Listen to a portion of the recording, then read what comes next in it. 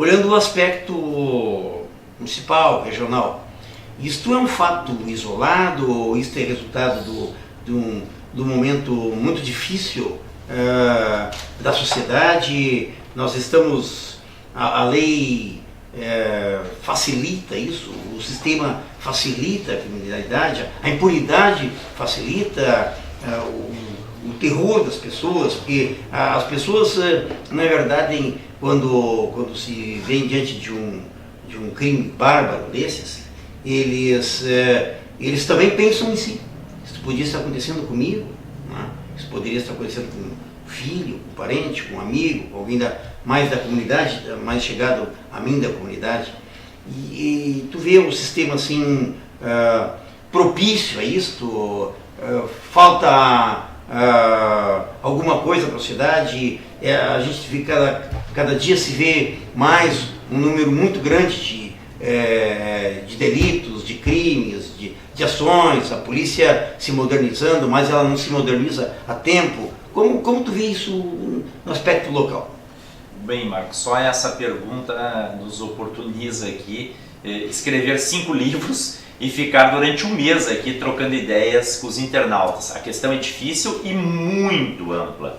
Eu lembrei rapidamente, enquanto tu falavas, da participação minha do Dr. Carlos Valentim Boas Bandeira, quem eu lembro saudosamente, um grande admirador do direito penal, um grande advogado do júri aqui em Montenegro, assistindo no auditório Dante Baroni, na Assembleia Legislativa, aulas do professor Raul Eugênio Zaffaroni, um juiz argentino que tem algumas ideias muito interessantes para o enfrentamento da criminalidade. E dizia ele naquela época, isso há mais de 20 anos, e eu não esqueço até hoje, e eu tento atualizar o exemplo, não é dele, ele é meu, mas eu atualizo na seguinte questão: o que é mais grave, Marcos? Matar uma pessoa a sangue frio ou diluir o leite com soda cáustica?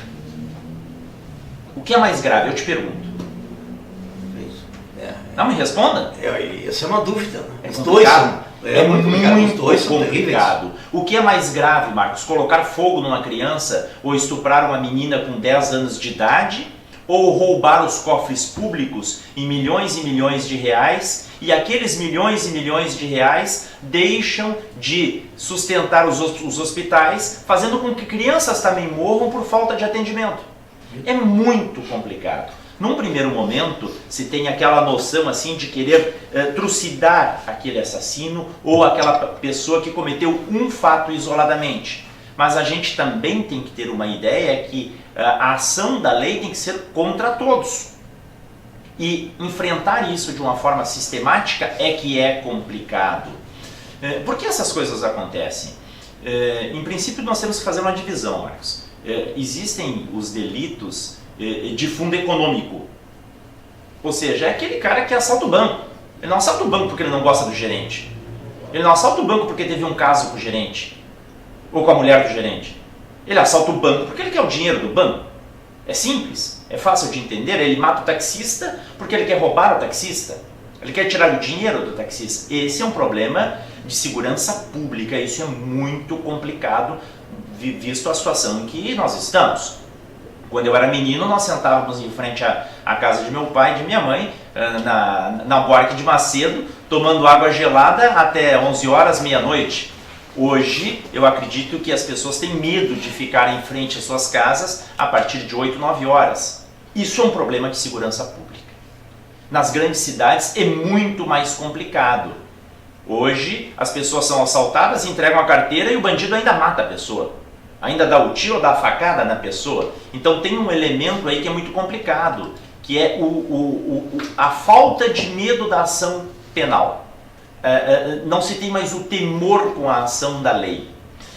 O outro viés da questão, ele está no delito que tem aquele viés emocional, que ele tem por fundo a questão emocional ou passional. É um irmão que brigou com o irmão, é o sujeito que matou o sogro, que aconteceu em Porto Alegre há muito pouco tempo atrás, dentro da igreja. Ele invadiu a igreja e matou o sogro dentro da igreja.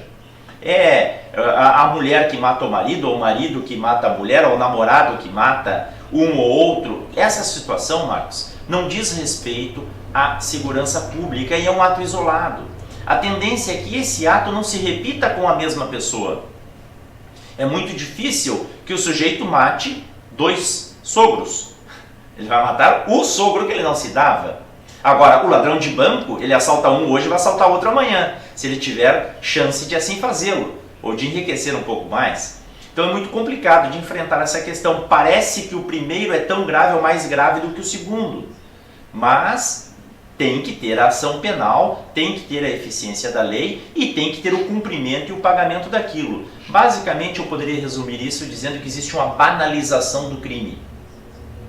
Não sei se concorda comigo, se o amigo de casa concorda. Ou seja, virou uma banalidade a situação. E dou um exemplo, nós tivemos uma lei agora no governo Dilma ainda, é de 2011, dizendo que só pode ser preso em flagrante o sujeito que comete um crime com pena prevista em mais de 4 anos. Significa que, vamos voltar ao exemplo de novo, se eu te bater aqui agora, causar uma lesão grave em ti, mesmo que o João Batista me prenda em flagrante ou chame a brigada para me prender, eu não vou ficar preso. Porque a lesão corporal não vai dar margem a que eu fique preso. Já seria diferente no caso do homicídio. Então a própria lei ou as próprias pessoas que são encarregadas de fazer a lei perderam o controle do sistema. Então nós hoje nos sentimos, na verdade, desprotegidos. Desprotegidos por aqueles que buscam a ação com o crime, a busca econômica, ou seja, eles buscam o nosso dinheiro, os nossos bens, e também aqueles que acham e entendem equivocadamente que não dá nada fazer mal ao outro. Ou seja, ele te agride, ele me agride pensando que não dá nada. E a gente vê e escuta isso a todo momento. As pessoas caluniam, as pessoas agridem, as pessoas fazem mal aos outros, sempre na ideia de que a ação da lei ela é muito lenta, ou ela não dá nada, ou ela paga, ou ela se resolve pela troca por uma cesta básica. Impunidade. Impunidade é a palavra. E, Pedro, isso nos diferencia, me parece, né, dos outros países. Né? Nós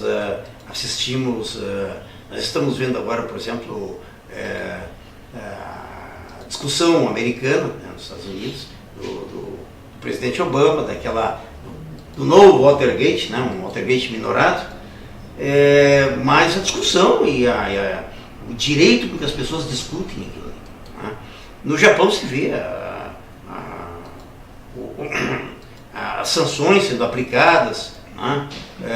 A forma como é tratado o crime e a sua reação no país. Tu vês isto como o maior problema hoje de toda a criminalidade, em todos os níveis. Assim, Marcos, quando fala em outros países, eles têm uma realidade distinta da nossa. Eu não acredito que a nossa seja a pior do mundo, mas a melhor com certeza não é. Quando tu citas alguns exemplos que o próprio cidadão delinquente toma uma ação contra ele mesmo, ou seja, ele cometeu um crime e por vergonha ele tira a sua própria vida, ou a ação da lei ou da justiça ela é muito firme para com ele, passa por uma noção de efeito legislativo. Eu não sei se nós saímos do ar ou não. João, saímos do ar? Não. É que apagou. Ok. Apagou. Ou uma noção de moral e uma noção de ética. Mas eu não vou passar por aí, porque daí a gente vai levar mais uma semana também discutindo a questão. A impressão que eu tenho, Marcos, é que o Brasil tem que começar de novo nessa questão do enfrentamento da criminalidade. Ou seja, vamos combinar, tem que começar tudo de novo.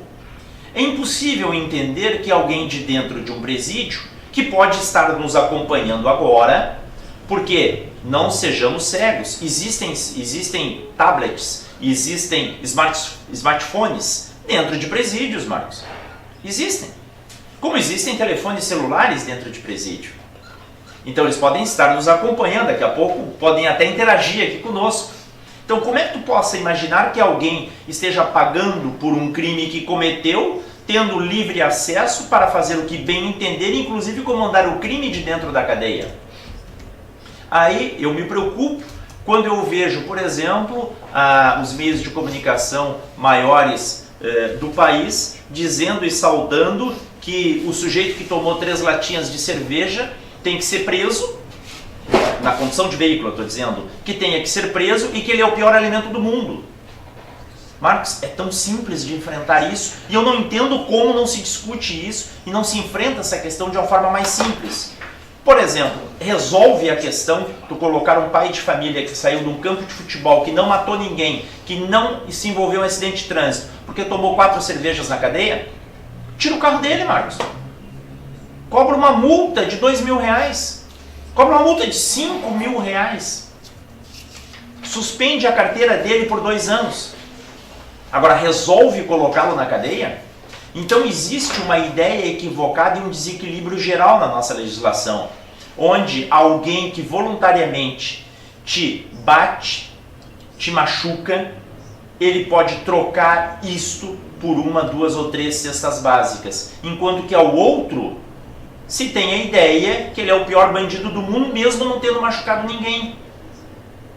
Entendeu o problema que nós temos da forma geral? E aí, além disso, nós acompanhamos nova lei para isso, a lei é muito branda, a lei é muito isso, a lei é muito aquilo. Mas o que adianta a lei ser rígida se o cumprimento é desregrado? Se ele não significa quase que nada?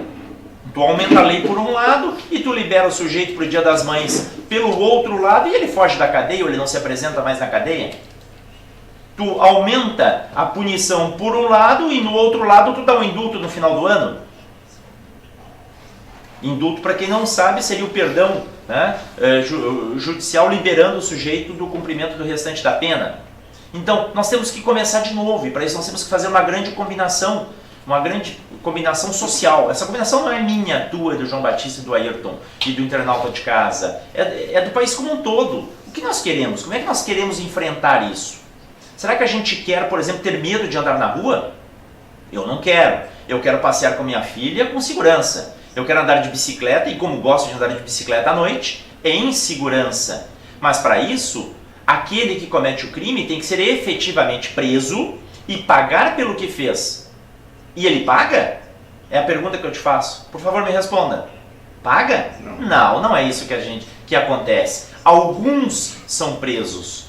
Muitos dos que são presos são liberados e muito poucos lá ficam. E quando ficam, ainda são cooptados, seria a palavra, pelo crime organizado que está instalado dentro das cadeias para cometer mais crimes. E acaba desestruturando uma família toda. Então está tudo errado. E isso precisa ser rediscutido. Não é só o problema de segurança. Nós temos que rediscutir o sistema político. Nós temos que rediscutir o sistema econômico do país, nós temos que rediscutir o sistema tributário do país. Ou seja, o Brasil, eu entendo que é um país novo, Marcos. E por ser novo, por ser muito grande, por ter ideia de tudo que é lado, ele acabou virando uma colcha de retalhos. E nessa colcha de retalhos tem muitos equívocos na forma como pensa. Muito bem.